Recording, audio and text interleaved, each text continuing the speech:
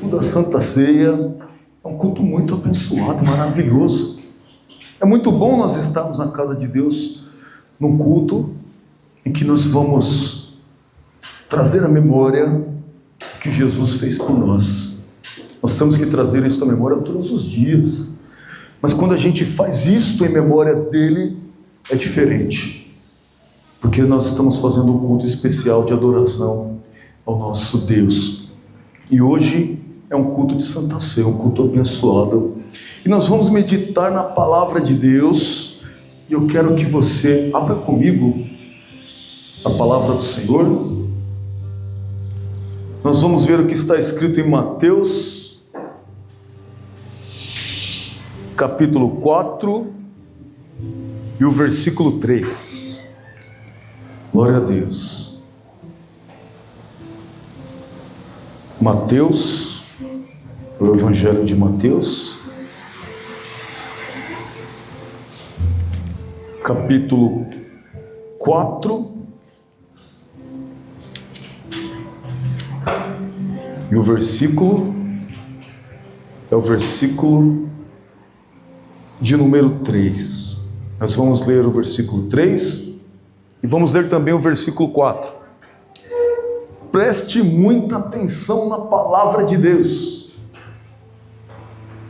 Eu quero dizer uma coisa para você. A hora que você estiver na igreja, a hora que você estiver ouvindo a palavra, seja pelo celular, seja no rádio, sempre vai acontecer uma coisa na sua mente. Vai vir alguma distração. Ou alguma coisa externa, alguma coisa vai vir para te distrair, para que você não pegue aquele momento mais crucial da palavra. Ou alguma coisa interna vai te atrair, uma preocupação vai vir, uma lembrança, alguma coisa, e vai atrapalhar a sua mente. Não permita, lute contra isso. Nós somos terra e nós precisamos da palavra, precisamos da semente. E cada vez que alguma coisa vier te distrair, seja o cansaço, o sono, seja alguma distração mental, você pensa assim: olha só, Satanás está tentando roubar a palavra, eu não vou permitir.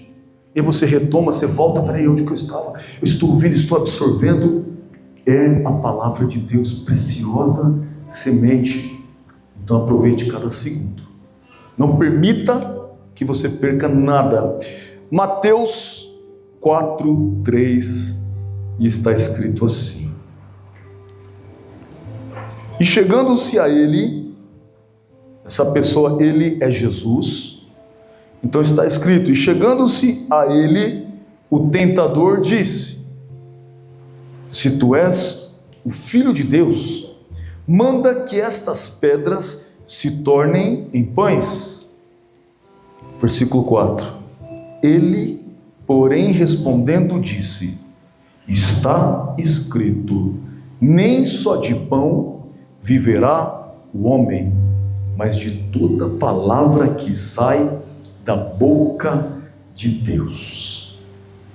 Esta é a palavra nesta noite. Irmãos, nesta cena que nós lemos aqui, tem duas pessoas que estão participando. A Bíblia está se referindo a ele, a pessoa de Jesus Cristo. Jesus está nessa cena. E a outra pessoa está sendo referida como o tentador. Tentador, aquele que traz uma tentação. E essa pessoa é o diabo, Satanás.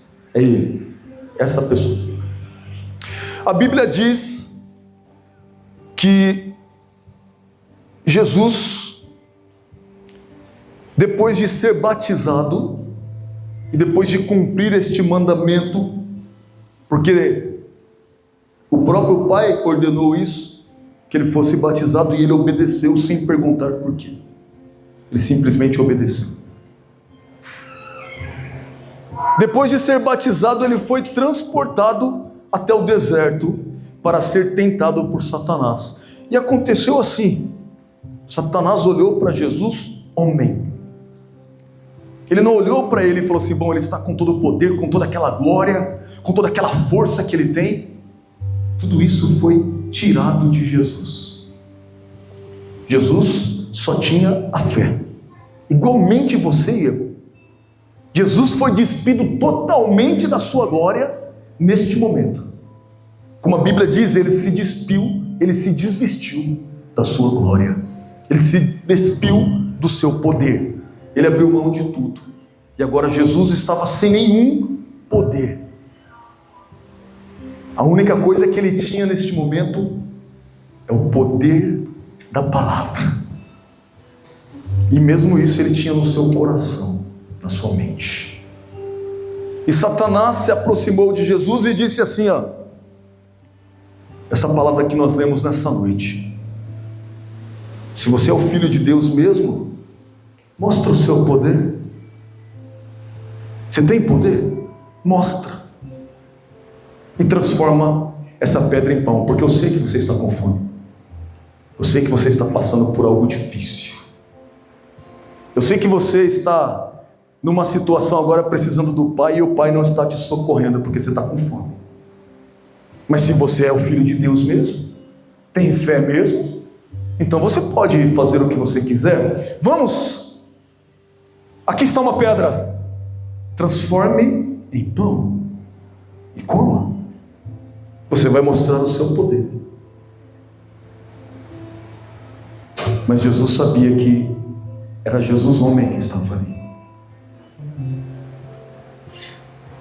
Ele olhou para Satanás e deixou esta palavra dizendo assim: está escrito, nem só de pão viverá o homem, mas de toda palavra que sai da boca de Deus.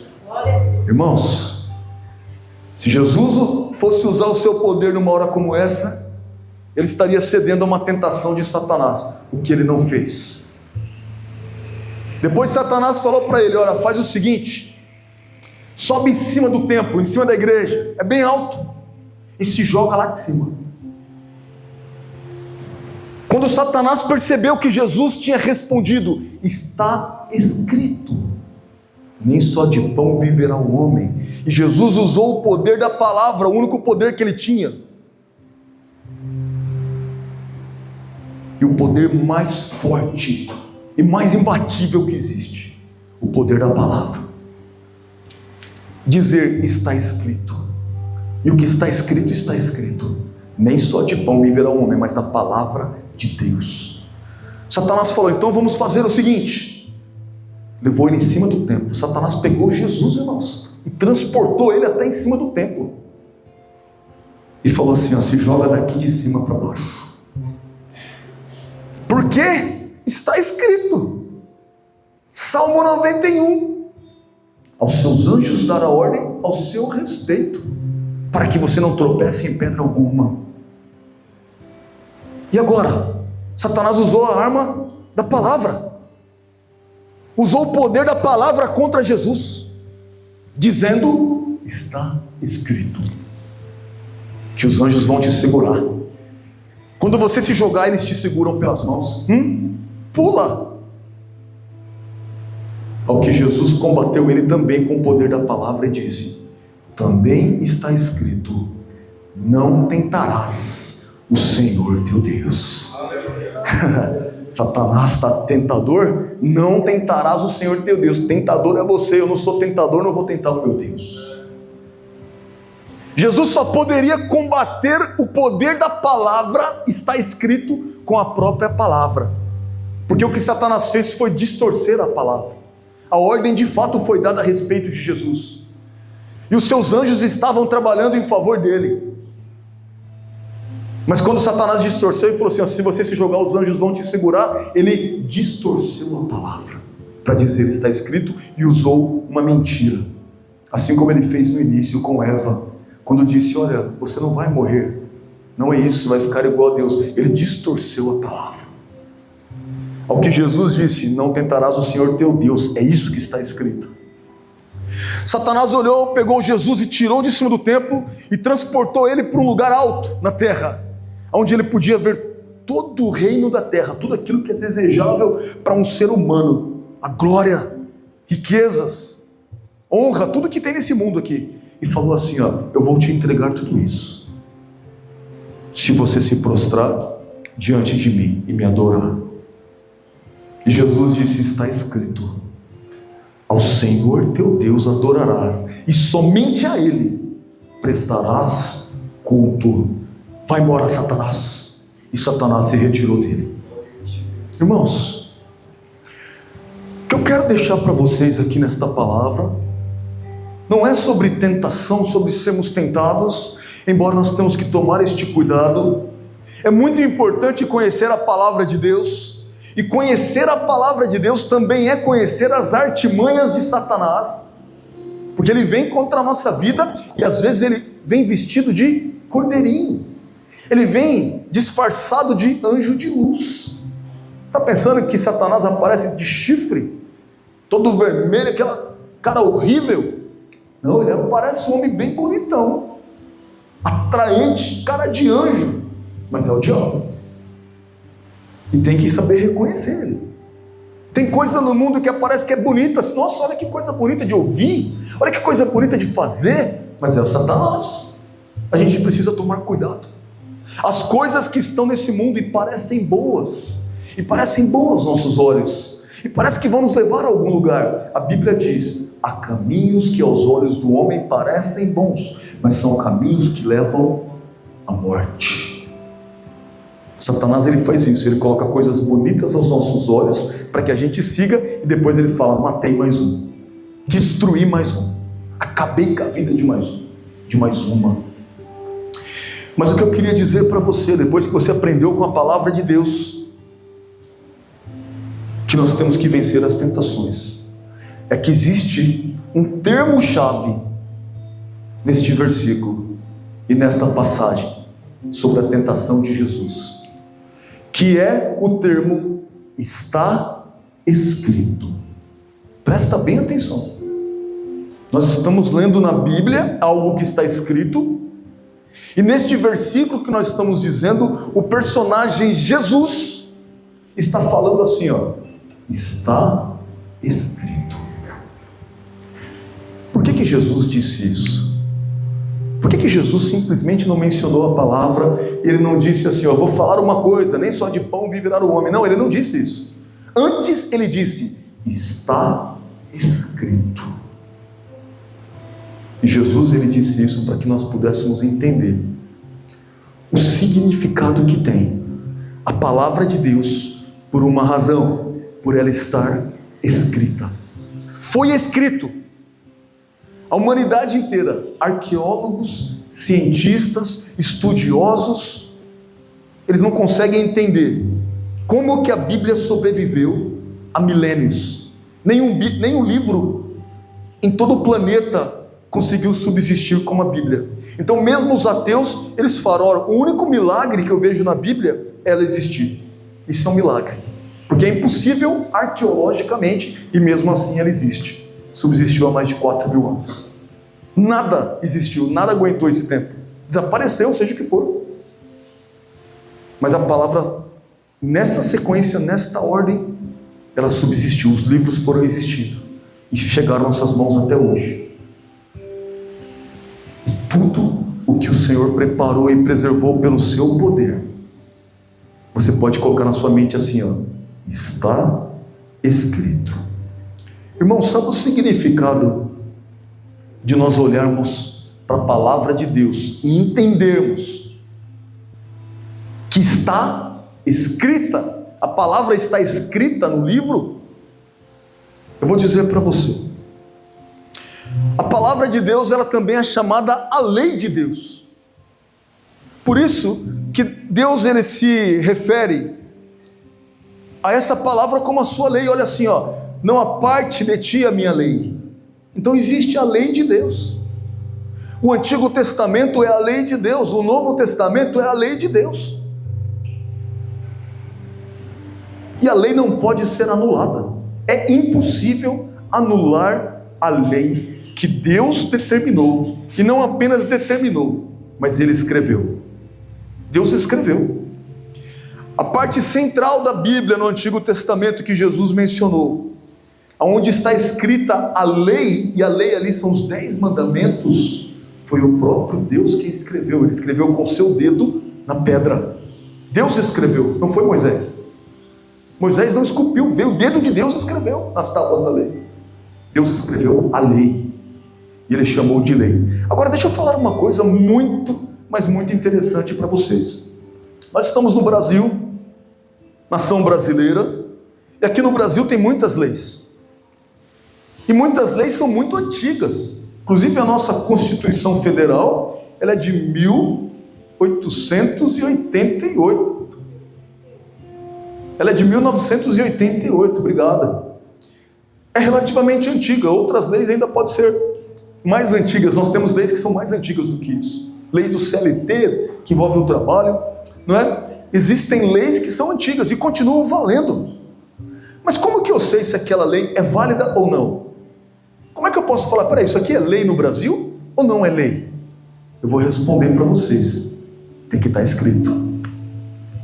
Se alguém um dia falou assim, não, eu vou pôr uma lei no Brasil, a partir de agora isso aqui vai ser lei. Chegou um presidente, alguma câmara, e chegou e falou, vou pôr uma lei aqui. Mas ele não escreveu em lugar nenhum. Ora, essa lei nunca vai entrar em vigor. Jamais. Tem que estar escrito em algum lugar. No nosso caso aqui, quando alguém faz uma lei, tem que escrever e tem que publicar. A lei tem que aparecer lá no Diário Oficial da União, que são os poderes que nós temos aqui no Brasil. Olha só, irmãos, para a lei ser válida no Brasil, ela tem que estar escrita, assinada, documentada. E para a lei ser válida em qualquer outro país, é a mesma coisa. Vai lá o rei com o seu anel lá e carimba de alguma maneira, até hoje tem essas coisas. Lei precisa estar escrito. Uma vez escrita, ela tem que ser seguida. Nós que estamos aqui, nós temos que obedecer à lei. Agora eu te pergunto, o que acontece se eu quebrar a lei e quando eu for autuado, eu disser assim, mas eu não sabia, eu não li a lei, eu não sou especialista em lei, então eu não sabia que eu estava quebrando a lei. Se eu fizer isso, pode aumentar a minha pena, né, pastor?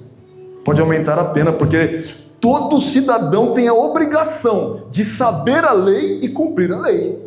E se ele não sabia, ele quebrou a lei de novo. Tem que saber. Não saber a lei é uma maneira de quebrar a lei.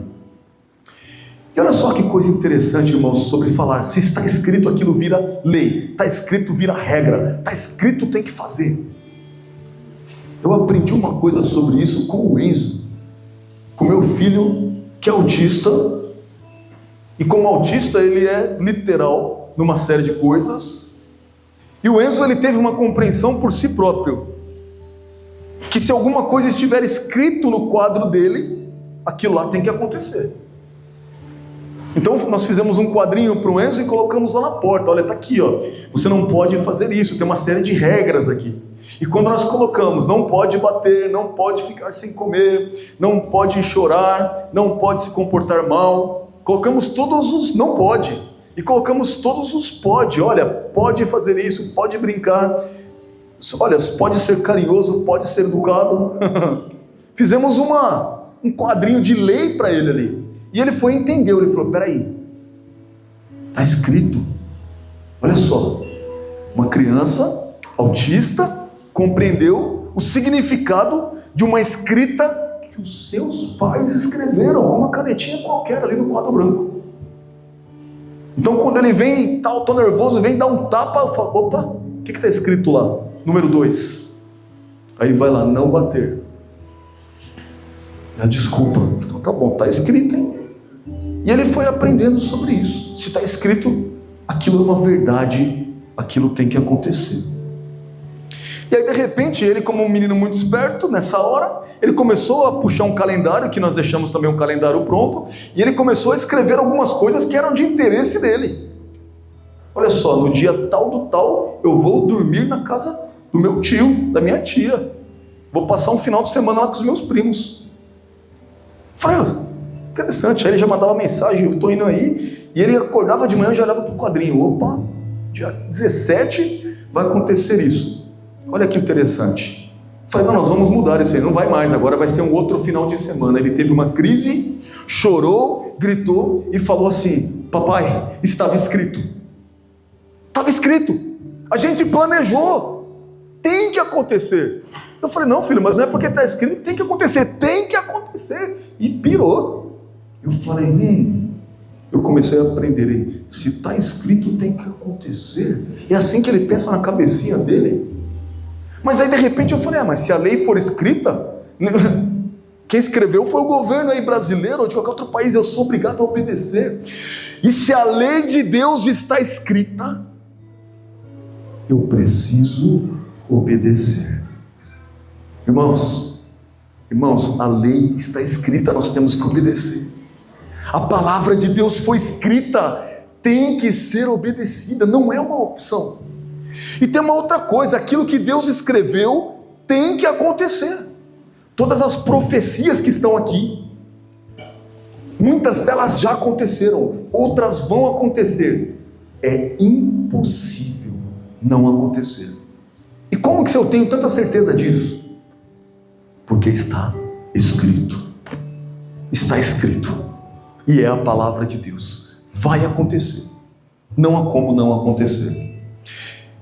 Eu quero que você entenda uma coisa, a palavra de Deus ela não pode ser anulada. Não há como uma lei de Deus que está escrita, ela ser riscada, falar, não é válida mais. Por isso muitas pessoas pensam, o Antigo Testamento não vale mais. Essas pessoas estão enganadas. Nós não vivemos o Antigo Testamento, vivemos o Novo. A lei que nós aplicamos nas nossas vidas é a lei de Cristo. Mas a lei que Deus escreveu, ela nunca foi anulada. Ela continua em vigor. Só que essa lei que Deus escreveu, para que o homem pudesse se aproximar dele, para que o homem pudesse ser filho e filha, homens e mulheres, filhos e filhas de Deus, foi uma lei que, por nossa causa, nos levou à morte. Deus fez uma lei para nos tornar filhos. Quando nós fomos tentar cumprir a lei, ela nos gerou a morte, fez com que nós morrêssemos. E por isso a Bíblia chama essa lei de lei da morte para nós agora. Porque embora seja a lei perfeita de Deus, por causa da nossa imperfeição, do nosso pecado, das nossas falhas, do nosso ego, nos afastou de Deus. E quando nós tentamos nos aproximar de Deus pela sua lei, nós encontramos a morte. Mas como que essa lei da morte ainda é válida? Ela é válida porque Jesus ele olhou para essa lei e ele disse assim, eu não vim para descumprir a lei, vocês estão enganados. Eu vim para cumprir de uma vez por todas. E a lei que trazia morte para a minha vida e para a sua vida, Jesus disse assim, eu vou cumpri-la na minha vida. Já que a lei traz a morte para eles, essa lei vai trazer a morte para mim. A lei traz a morte para eles por causa do pecado deles. A lei vai trazer a morte para mim, sem eu ter nenhum pecado. A lei trouxe a morte para eles por culpa deles. A lei vai trazer a morte para mim sem eu ter culpa alguma. Por que Jesus fez isso? Que modo é esse de cumprir a lei? Que modo é esse que Deus escolheu para cumprir a sua própria lei? Pegando o seu filho e dizendo, filho, vai para a terra, vira um simples homem, você vai ser tentado, vai ser colocado no deserto frente a frente com Satanás, vai ter que jejuar 40 dias e 40 noites para vencê-lo, e vai ter que usar o poder da palavra, e vai ter que dizer, está escrito, apenas com a fé do seu coração. Deus enviou seu Filho ao mundo, não para que condenasse o mundo, mas para que o mundo fosse salvo por ele. Alguém pergunta assim, será que Deus não poderia salvar o mundo de outra maneira? Sem que o seu filho morresse? Será que Deus não podia simplesmente dar um estalo de dedo e falar, está todo mundo salvo? Não, Deus não podia. Deus não pode. Mas por que Deus não podia fazer isso? Porque Deus não pode quebrar a sua própria lei. Ele mesmo que escreveu a lei, não pode quebrar a sua lei. Não há como. Só há um modo de cumprir a lei. E o único modo de cumprir a lei e nos levar à salvação, apesar do nosso pecado, é se Ele mesmo, a quem escreveu a lei, pegasse o seu filho e falasse assim, Ele vai pagar pelo pecado. E quando Ele pagar pelo pecado deles, eles vão se ligar ao meu filho Jesus. E ligados a Jesus, eles não têm mais pecado. A partir de agora, a partir deste momento, a lei da morte não tem poder mais sobre esses humanos, porque a morte caiu sobre o meu filho Jesus.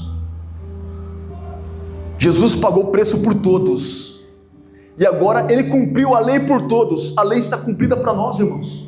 Então, se a gente falar, nós conseguimos cumprir a lei, hoje nós cumprimos a lei, não por nós mesmos, mas porque o sangue de Cristo está sobre nós, e a lei que leva à morte nos trouxe vida, e vida em abundância. E hoje nós vivemos para Ele. Hoje nós estamos, irmãos, numa condição em que nós estamos mortos para o mundo, mas vivos para Cristo.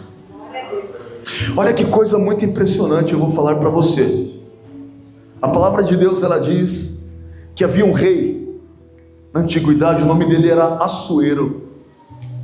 E este homem, este rei, para você poder entender como é que funciona a lei, este homem, ele tinha uma esposa, a rainha. Ela era muito bonita, muito bela. E teve um dia que ele falou, manda chamar a rainha, para que todos possam ver a sua beleza. Mas a rainha se encheu de ego e falou, eu vou se eu quiser. E ela não foi, e não compareceu. E de repente a ira do rei subiu, e o rei disse assim, a rainha nunca mais vai entrar na minha presença. Ela não é mais rainha, acabou. E agora o rei precisava de outra rainha. Ele precisava eleger outra rainha, se casar com ela. E olha só o que aconteceu. Ele começou a organizar ali no seu reinado e falou assim, procura as mulheres jovens que querem se tornar rainhas. E alguma, no meio dessas daí, vai ser escolhida para ser a rainha. E olha só, irmãos, no meio dessas jovens, dessas moças, entrou uma moça hebreia, uma moça judia, que jamais uma mulher judia nem um homem judeu poderia se aproximar ali do rei, o rei Assuero. E olha só o que aconteceu. Ela foi lá, e o nome dela era Hadassa, e o tio dela falou assim, se você se apresentar para o rei e falar, o meu nome é Hadassa, Hadassa significa raiz, eu acho que Raíssa significa raiz também, deve ser o significado, uma versão do nome.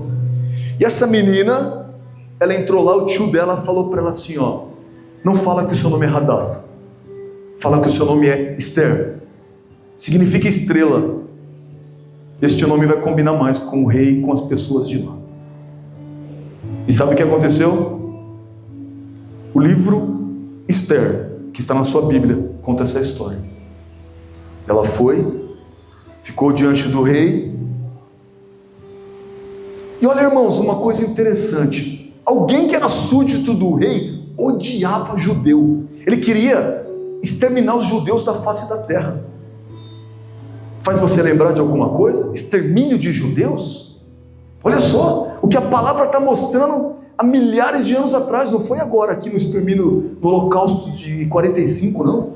É na época da rainha Esther, muito antes de Cristo. Apareceu um endiabrado e falou assim, eu vou acabar com o povo judeu, esse povo de Deus, eu vou acabar com eles. Este homem odiava o tio da Esther, porque ele não se prostrava quando ele passava. E ele chegou no rei e falou assim, rei, eu sou de confiança seu, não sou? E o rei falou, você é Hamã. E ele foi e falou assim, eu escrevi uma lei aqui, não é nada demais não. Será que o rei pode assinar esse decreto para mim e selar com o seu anel? O rei fez assim, o que é? Nada não, tá bom. Foi lá e carimbou, é lei. Mas estava escrito assim, a partir dessa data, o povo judeu vai ser exterminado, a gente vai matar todos. E o rei foi e assinou. Irmãos, quando chegou no dia próximo do extermínio, a rainha Esther jejuou. Jesus jejuou 40 dias. A mulher jejuou 3 dias sem comer nada, sem beber nada. Ela e as servas dela, orando, buscando e falando, Deus tem misericórdia. Porque mesmo ela sendo rainha, se ela entrasse na presença do rei sem ser chamada, pena de morte. Era pena de morte até para a rainha. a não ser que o rei pegasse o seu cetro e estendesse para que ela pusesse a mão. Aí ela era livre da morte. Presta atenção às coisas espirituais que tem aqui. Ela falou assim: eu vou jejuar 3 dias e vou entrar na presença do rei para salvar o povo judeu da terra. E quando ela chegou, ela entrou na presença do rei, arriscando a própria vida pelo seu povo. Quando ela chegou diante do rei, o rei estendeu o cetro e ela colocou a mão e pronto, morrer já não ia mais. E ele perguntou: o que te traz aqui, rainha? Chegou um momento em que ela disse: majestade, eu vim aqui para pedir que o Senhor poupe a minha vida e da minha família. Ele: do que você está falando? Você está maluca? Como assim? Quem está ameaçando a sua vida? Quem estiver ameaçando a vida da rainha agora vai morrer. Que história é essa? Rei, o Senhor assinou um decreto que todos os judeus serão exterminados nessa data. Eu sou judia, eu vou ser exterminado. É lei, é a lei. E agora, irmãos? Aí você pensa assim que o rei falou assim, tudo bem, eu vou rasgar essa lei e pronto. Não, o rei não pode. Presta bem atenção, o rei não pode desfazer a sua própria lei. Naamã sabia daquilo. Uma vez que o rei foi lá e carimbou com o seu anel, já era. Nem ele consegue fazer voltar atrás a lei. Entendeu como é que funcionam as coisas espirituais? O rei falou assim: eu não posso fazer nada sobre a lei que está escrita, mas eu posso fazer uma coisa, e isso eu vou fazer. E ele foi escrever uma nova lei. Presta atenção, uma nova lei. E nessa lei ele escreveu assim: se vocês quiserem matar o judeu conforme a lei que eu escrevi, fiquem à vontade, podem matá-los, só que eles vão reagir, e eu mesmo vou armar eles. Então tentem matá-los para vocês verem. Cada judeu lutará pela sua vida, e se alguém chegar perto da rainha, eu vou picar em 1000 pedaços. E agora houve um grande livramento para os judeus, porque os judeus estavam protegidos para lutarem, e ninguém mais tinha coragem de executar judeus, porque se tentasse a ser executado por eles mesmos. Mas presta bem atenção, o rei não pôde anular a lei que ele tinha escrito. O que ele pôde fazer é trazer uma solução para a lei que estava escrita. Foi isso que aconteceu. Essa história é para representar o que Jesus fez. Deus havia escrito a sua lei, e a lei dizia assim: a alma que pecar, esta morrerá. A vida que pecar, morre. E essa lei não podia ser anulada.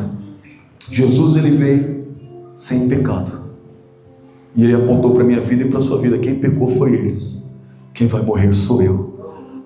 Mas como nós estamos ligados em Jesus, nós vamos participar da Santa Ceia daqui a pouco. Isso faz com que nós estejamos ligados na videira verdadeira, que é Cristo Jesus. Nós viramos um só corpo com Cristo, viramos uma só pessoa em Cristo, viramos um com Cristo. E agora essa pessoa que pecou, deve morrer. Já morreu, porque Jesus morreu por mim. A alma que pecar, essa morrerá. Já morri, já estou morto para o mundo, crucificado com Cristo. Quando ele morreu por mim, eu fui crucificado junto com ele. Então a lei que trazia a morte para a minha vida, ela foi efetuada, já trouxe a morte, eu já morri. Mas quem pagou não fui eu, foi ele. E quando ele pagou pelo meu pecado, agora a lei que tinha poder de morte contra a minha vida, já não tem mais esse poder. Jesus cumpriu a lei. Deus preparou para que a própria lei que ele escreveu, que trazia morte contra a minha vida, trouxesse vida em favor da minha vida, através do seu Filho. Glorifica a Deus e aplauda a Deus pelo que você ouviu, querido. Aplauda Jesus. Jesus é muito maravilhoso. Deixa eu falar uma coisa para vocês. Prestem bem atenção. Nós precisamos compreender a lei de Deus. Nós precisamos compreender a lei de Cristo. Nós precisamos entender o que está escrito. Nós precisamos fazer o que está escrito.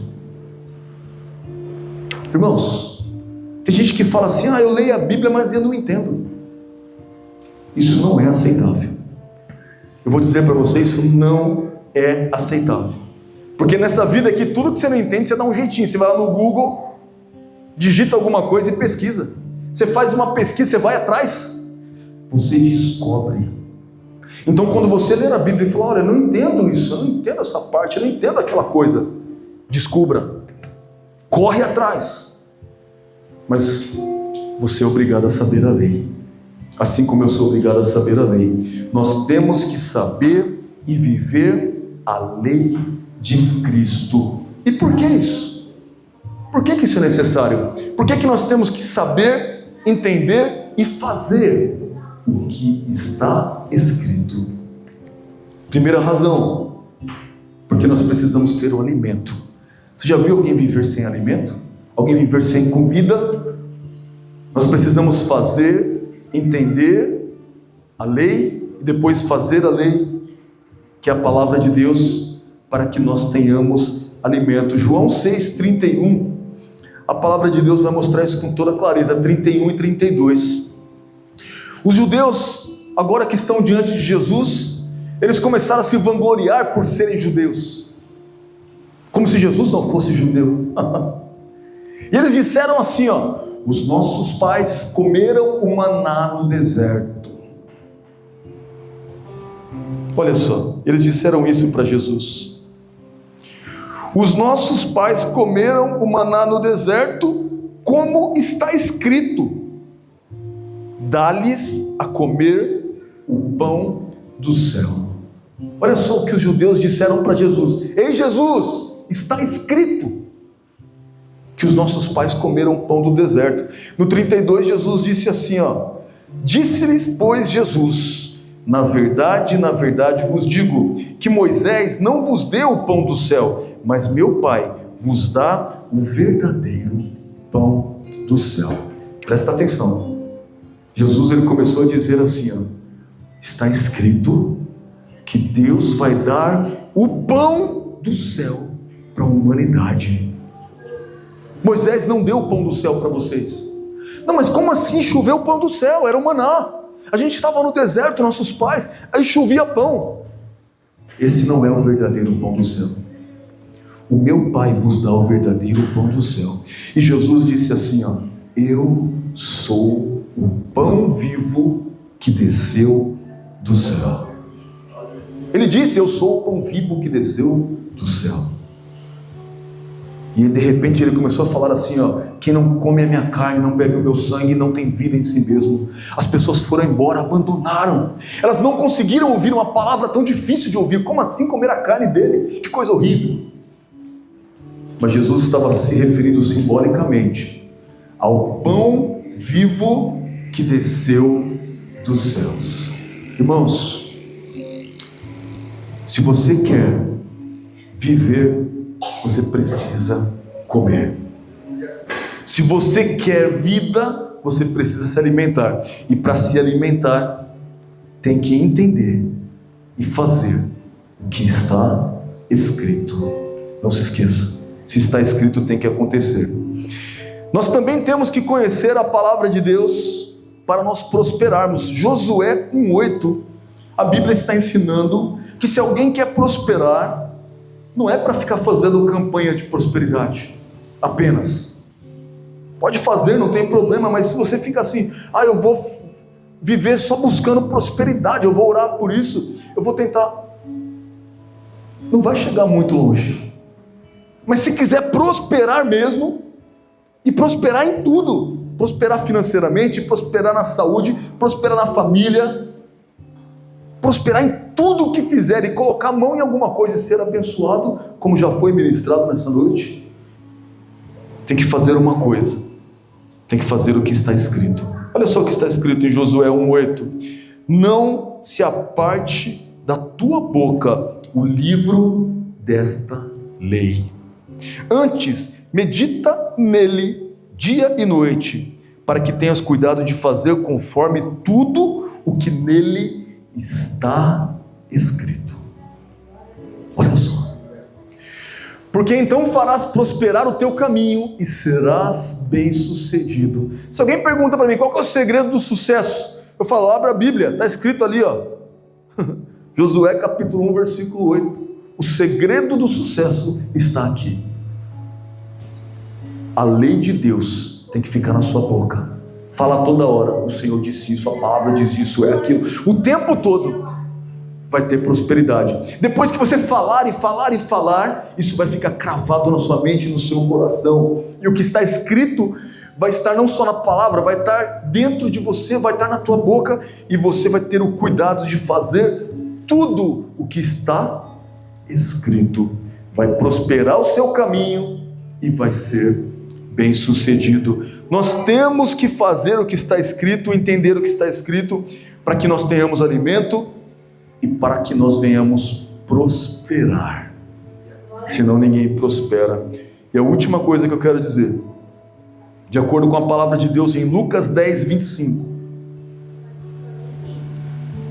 aqui está a maior importância em nós fazermos o que está escrito, irmãos, na palavra de Deus. A maior importância de nós fazermos o que está escrito na palavra de Deus. Nós temos que entender o que está escrito, nós temos que fazer o que está escrito para que nós tenhamos a vida eterna. Se eu não entender a palavra de Deus e não fazer a palavra de Deus, não executar, não colocar em prática, eu não terei a vida eterna. Eu vou viver por um tempo e depois eu vou ter a morte. Olha que coisa terrível que acontece se eu não colocar em prática a palavra de Deus. Olha só, Lucas 10, 25. E eis que se levantou um certo doutor da lei, tentando Jesus. E ele disse: Mestre, o que eu farei para herdar a vida eterna? Olha o que Jesus respondeu. E ele lhe disse: o que está escrito na lei? Como lês? O que está escrito? Jesus perguntou. E respondendo ele, disse: amarás o Senhor teu Deus de todo o teu coração, de toda a tua alma e de todas as tuas forças e de todo o teu entendimento, e amarás o teu próximo como a ti mesmo. 28. Olha o que Jesus disse.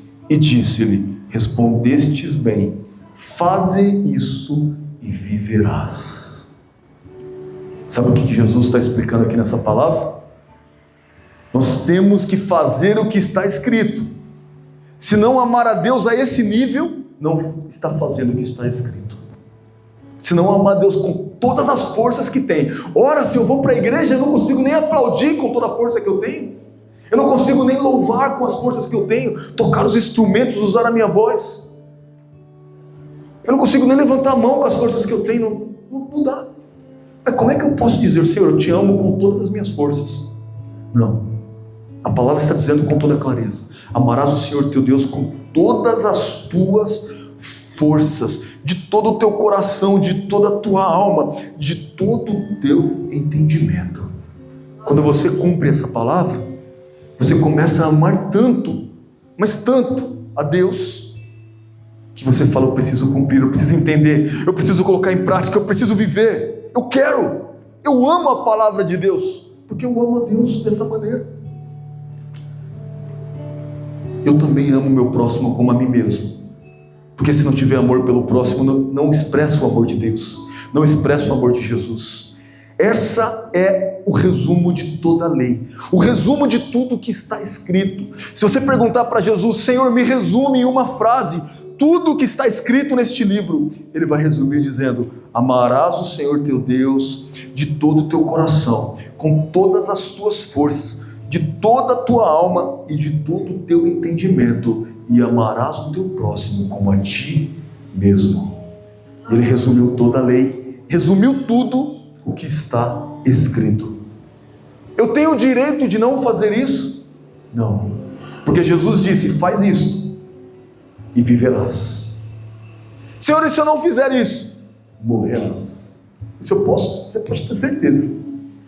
Nós não temos a escolha, tem que fazer. E por que nós temos que fazer, queridos? Porque está escrito. Jesus, ele cumpriu tudo o que estava escrito. Ele mesmo disse que estava cumprindo a lei. E Jesus, ele disse assim, todos vós, no dia que ele foi morrer pelo meu pecado e pelo seu, aleluia, glória a Deus, no dia em que ele foi morrer pelo meu pecado e pelo seu pecado, Jesus, ele disse assim, todos vocês ficaram escandalizados, vocês ficarão escandalizados em mim. Jesus estava angustiado, irmãos, se preparando para a morte. Por que ele fez isso? Porque ele pensou muito em mim e em você. A gente não tinha nascido, mas já existíamos para ele. Ele já conhecia você e eu. Como assim, Alexandre, pastor? Eu não tinha nascido, mas ele já te conhecia. Ele já tinha te planejado. Ele já sabia que você ia pecar. E ele já sabia por que ele precisaria morrer. E ele foi até a morte. E ele disse assim, vocês essa noite ficaram escandalizados em mim. Porque está escrito, ferirei o pastor e as ovelhas ficarão dispersas. Estava escrito que o pastor seria ferido, Jesus. Que o próprio Deus iria ferir ele, para poder salvar uma humanidade inteira. E nós fomos salvos por isso. Eu quero que você curva a sua cabeça agora. Curva a cabeça, feche os seus olhos. Começa a pensar no que Jesus fez por você. Jesus fez algo grande pela sua vida. Ele cumpriu aquilo que estava escrito a respeito dele.